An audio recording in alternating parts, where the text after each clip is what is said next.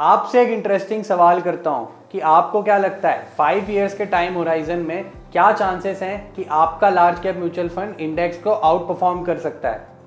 आप सोच रहे होंगे कि यार 60-70% म्यूचुअल फंड्स तो एटलीस्ट आउट परफॉर्म करते ही होंगे इंडेक्स को।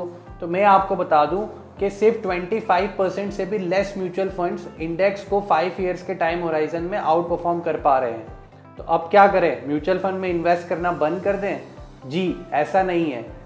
ये जानने के लिए कि आपको क्या करना चाहिए, इस वीडियो को एंड तक पूरा देखिए। इस वीडियो में हमने 17 AMCs का large cap mutual fund and large and mid cap mutual fund का एनालिसिस करा है और आपको ये भी बताया है कि कहाँ पे आपको एक्टिव इन्वेस्टिंग करनी चाहिए और कब आपको पैसिव इन्वेस्टिंग करनी चाहिए। तो इस वीडियो को एंड तक जरूर देखिएगा। हाँ, तो अब आपको मेरी स्क्रीन दिख पा रही होगी। तो अब हम एनालिसिस को स्टार्ट करते हैं। So are large cap funds worth investing, क्या हमें लार्ज कैप फंड्स में अपना पैसा लगाना चाहिए? ठीक है, तो यहाँ पे मैंने क्या करा है, यहाँ पे टॉप 17 AMCs जिनका large cap fund at least 5 years से है एंड उनका large and mid cap fund भी है, उनका हम एनालिसिस करेंगे। हमें क्या एनालाइज करना है दोस्तों? हमें पर्टिकुलर म्यूचुअल फंड को एनालाइज नहीं करना है, हमें ये एनालाइज करना है कि as a category is large cap worth investing. तो उसके लिए हमने 17 AMCs का डेटा हम एनालाइज करने वाले हैं।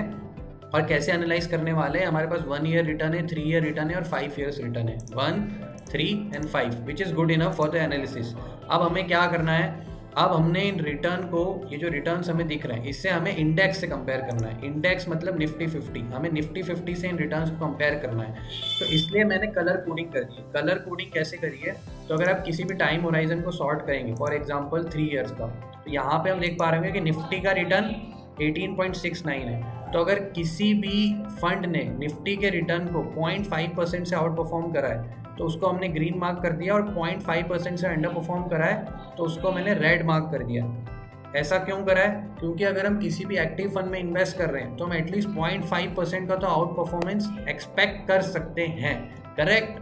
या सो नाउ मूविंग फॉरवर्ड, फिर से इसको सॉर्ट कर लेते हैं। हाँ, तो नाउ मूविंग फॉरवर्ड हम क्या देख पा रहे हैं? हम ये देख पा रहे हैं कि यहाँ पे बहुत सारे रेड हैं, बहुत सारे रेड है, ग्रीन कम है। इसका मतलब क्या है कि बहुत कम म्यूचुअल फंड्स ऐसे हैं जो कंसिस्टेंटली इंडेक्स को आउट परफॉर्म कर पा रहे हैं। देखिए, पहले हमें ये देखना होगा कि हम लार्ज कैप में इन्वेस्ट ही क्यों करते हैं। हम सिर्फ लार्ज कैप में तभी इन्वेस्ट करते हैं जब हम स्टेबिलिटी ऑफ रिटर्न चाहते हैं एंड हम एडिशनल रिस्क नहीं लेना चाहते जो कि मिड कैप और स्मॉल कैप के साथ आता है। लेकिन हम एटलीस्ट ये तो एक्सपेक्ट करते हैं क्योंकि कि हमने एक एक्टिव म्यूचुअल फंड में इन्वेस्ट करा है तो वो इंडेक्स को आउट परफॉर्म करेगा। ठीक है, तो अब हम यहाँ पे ज़्यादातर रेड देख पा रहे हैं और ग्रीन कम हमें दिख रहा है, लेकिन स्टिल हम इस एनालिसिस को एक स्ट्रक्चर नहीं दे पा रहे हैं।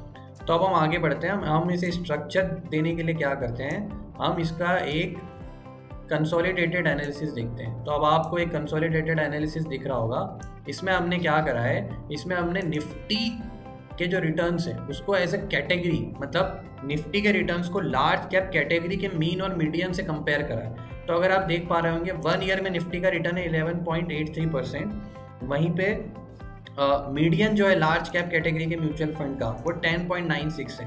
मतलब ये निफ्टी का आउट परफॉर्म नहीं कर पा रहे हैं generally large cap mutual fund, mean तो और भी कम है। सिमिलरली अगर हम 3 इयर्स में देखें, वहाँ पे भी जनरली आउट परफॉर्म नहीं कर पा रहे हैं। मतलब आउट परफॉर्म तो क्या, यहाँ पे 1% का अंडर परफॉर्मेंस हो रहा है। ठीक है, लाइक राउंड ऑफ करें तो।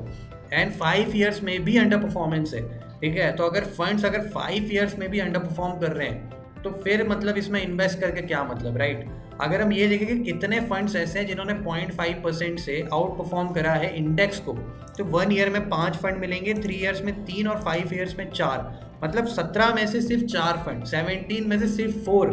मतलब this is not even 25%। So not even 25% of the large cap mutual funds are able to outperform the index. ठीक है, तो अब हम क्या करें? देखिए, अब या तो हम इंडेक्स में इन्वेस्ट कर सकते हैं, मतलब we can do passive investing. हम अगर सीधे निफ्टी के इंडेक्स फंड में इन्वेस्ट करना स्टार्ट कर दें तो हम ऑन एन एवरेज जो लार्ज कैप फंड्स का रिटर्न है उसको तो बीट कर देंगे। करेक्ट? लेकिन अगर कोई इन्वेस्टर चाहता है कि भाई पैसिव इन्वेस्टिंग नहीं करनी है, देखिए जिन लोगों को पैसिव और एक्टिव इन्वेस्टिंग के बीच में डिफरेंस नहीं पता, पैसिव इन्वेस्टिंग मतलब हमें निफ्टी का रिटर्न चाहिए एंड हम निफ्टी में इन्वेस्ट करते हैं। मतलब फंड मैनेजर अपना कुछ एडिशनल स्किल यूज़ नहीं करता है, एडिशनल दिमाग नहीं लगाता है, इंडेक्स में जैसे कंपनीज है वैसे इन्वेस्ट कर देता है। और एक्टिव इन्वेस्टिंग मतलब एक एक्टिव फंड मैनेजर है जो कि इंडेक्स को आउट परफॉर्म करने की कोशिश करता है एंड इंडेक्स की तरह इन्वेस्ट नहीं करता है, बल्कि अपनी एनालिसिस करके अपना दिमाग लगा के वो इन्वेस्ट करता है। तो अब भाई कोई चाहता है कि नहीं मुझे तो निफ्टी को बीट करना है, मैं बिलीव करता हूँ कि निफ्टी को बीट करा जा सकता है एंड मुझे एक्टिव इन्वेस्टिंग करनी है, तो फिर क्या करें? तो फिर एक बहुत ही अच्छा तरीका है। वो अच्छा तरीका क्या है कि हम लार्ज कैप की जगह लार्ज एंड मिड कैप की तरफ शिफ्ट हो सकते हैं। तो अब आपको मेरी स्क्रीन पे फिर से उन 17 AMCs के फंड दिख रहे होंगे, करेक्ट? यहाँ पे आपको सारे फंड्स दिख रहे होंगे। तो ये वही 17 AMCs हैं जिनका हमने लार्ज कैप फंड की एनालिसिस करी थी एंड सिमिलर एनालिसिस है 1 ईयर, 3 ईयर एंड 5 ईयर्स। ठीक है, 1 ईयर, 3 ईयर्स एंड 5 ईयर्स के रिटर्न का एनालिसिस है एंड सेम चीज अगर 0.5% से आउट परफॉर्म कर रहा है तो ग्रीन, 0.5% से अंडर परफॉर्म करा है तो रेड। तो यहाँ पे हम क्या देख पा रहे हैं? यहाँ पे हम जनरली देख रहे हैं कि green is dominating the red. मतलब in this category the active fund managers are able to beat the market consistently. यही हमें चाहिए, राइट? हमें क्या चाहिए कि हमारे फंड जो हैं वो मार्केट के इंडेक्स को बीट कर पाए, तभी तो हम एक्टिव इन्वेस्टिंग करेंगे, है ना? तो यहाँ पे जो हमारे इंडेक्स है, मैंने 2 इंडेक्स लिए हैं, निफ्टी 50 तो लिया ही है, लेकिन क्योंकि ये large and mid cap fund है, लार्ज कैप मतलब इंडिया की टॉप 100 कंपनियां एंड मिड कैप मतलब उसके बाद 150 कंपनीज और, मतलब टोटल 250 कंपनीज आती है मिड कैप में। ठीक है, sorry, large and mid cap में 250 कंपनीज आती है, मिड कैप में तो 150 आती है, राइट? तो हम स्ट्रक्चर एनालिसिस देखते हैं। ठीक है, तो एक सेकेंड में स्ट्रक्चर एनालिसिस ले आता हूँ। तो अब आपको स्ट्रक्चर एनालिसिस दिख पा रहा होगा। तो हम ये देख पा रहे हैं कि large and mid cap category में दोनों ही इंडेक्स, यानी कि निफ्टी 50 और निफ्टी 200 दोनों ही इंडेक्स को आउट परफॉर्म करने वाले बाई 0.5%। 17 में से 8 फंड्स हैं, मतलब लगभग 50% ने आउट परफॉर्म करा है 1 ईयर में, 50% ऑफ द फंड्स ने। 3 ईयर्स में भी 8 आउट ऑफ 17, मतलब एटलीस्ट 50% ने आउट परफॉर्म करा है एंड 5 ईयर्स में इट इज़ 11 आउट ऑफ 15, मतलब लाइक ऑलमोस्ट 70% या उससे भी ज़्यादा म्यूचुअल फंड्स ने आउट परफॉर्म करा है, करेक्ट?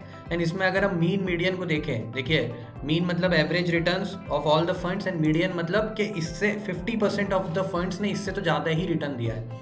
तो 1 ईयर में अगर हम देखेंगे तो 1 ईयर में थोड़ा सा अंडर परफॉर्मेंस है इस कैटेगरी में, बट अगर हम 3 ईयर्स एंड 5 ईयर्स में देखें तो मीन और मीडियन भी आउट परफॉर्म कर रहे हैं। एंड अगर हम ऑफकोर्स अगर हम इन्वेस्टिंग कर रहे हैं तो 1 ईयर के लिए तो नहीं कर रहे हैं, 3 ईयर्स के लिए कर रहे हैं। यहाँ पे अगर हम देखें तो निफ्टी का रिटर्न है 18.69, निफ्टी 200 का 19.09, बट मीन और मीडियन दोनों ही 19.5 या उससे ज़्यादा है। यहाँ पे सिमिलरली देखिए, यहाँ पे आउट परफॉर्मेंस 5 ईयर्स में आप आउट परफॉर्मेंस देखिए फंड्स का, निफ्टी 50 और 200 का रिटर्न लगभग 15.6 के आसपास है, लेकिन 5 ईयर्स में जो रिटर्न है वो 17 टच कर रहा है, मतलब एटलीस्ट लाइक मीन और मीडियन का आउट परफॉर्मेंस भी 1.5% से ज़्यादा है।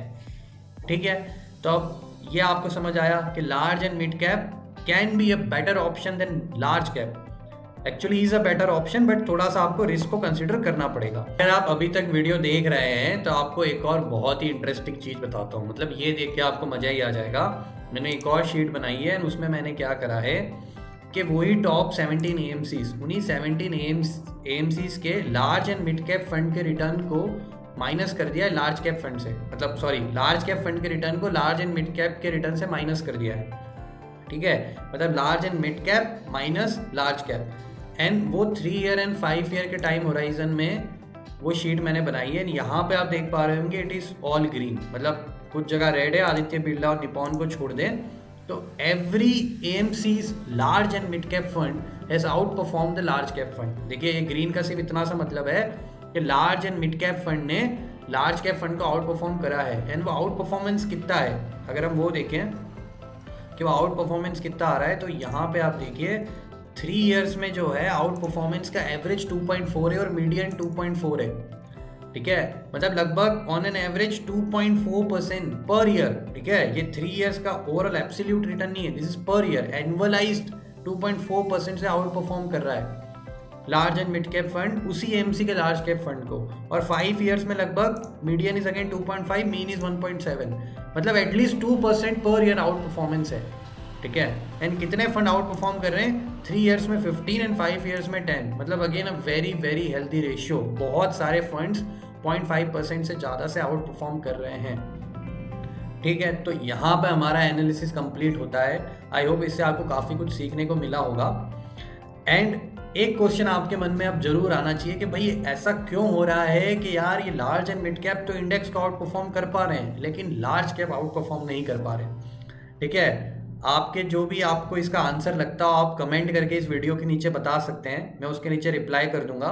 एंड नेक्स्ट वीडियो में मैं आपको जरूर बताऊंगा कि मुझे क्या लगता है कि ऐसा क्यों हो रहा है। तो अगर आपने ये वीडियो अभी तक एंड तक देखा है तो थैंक यू।